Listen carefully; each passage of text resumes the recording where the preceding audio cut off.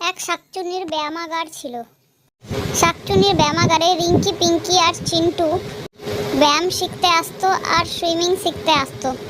একদিন পিঙ্কি আর চিন্টুকে এক বাগানে নিয়ে গিয়েছে। সেদিন রিঙ্কি আসেনি। বাগানে নিয়ে গিয়ে শাকচুন্নি তাদেরকে গাছেদের সম্বন্ধে বোঝাচ্ছে।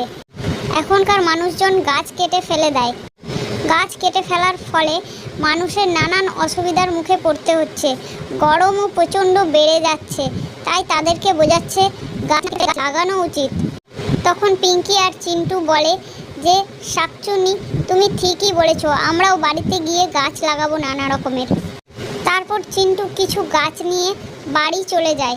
কিছুক্ষণ পর রিঙ্কি এসে যায়। রিঙ্কি আর পিঙ্কি সাঁতার শিখতে যায় শাকচুন্নির নদীতে। সেখানে তারা আলোচনা করে যে শাকচুন্নি ঠিকই বলছে, আমরাও বাড়িতে গিয়ে গাছ লাগিয়ে দিব, এত গরম আর সহ্য করা যাচ্ছে না। রিঙ্কি তখন বলছে, হ্যাঁ তোরা ঠিকই বলেছিস, চল আমরা জলে সাঁতার কেটে কেটে নানা রকম গাছ খুঁজি।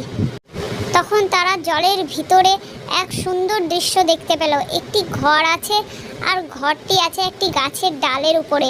সেখানে অনেক ফুলের গাছ আছে। সেই ফুলের গাছগুলো তারা নিয়ে যাবে ভাবছে। এই গল্প থেকে বোঝা গেল আস্তে আস্তে আমরা যদি গাছ কেটে না ফেলে আরও গাছ লাগাই, প্রচুর গাছ লাগাই, তাহলে গরম থেকে রেহাই পাওয়া যাবে আর আমাদের প্রকৃতিটা সবুজ হয়ে ভালো লাগবে দেখতে।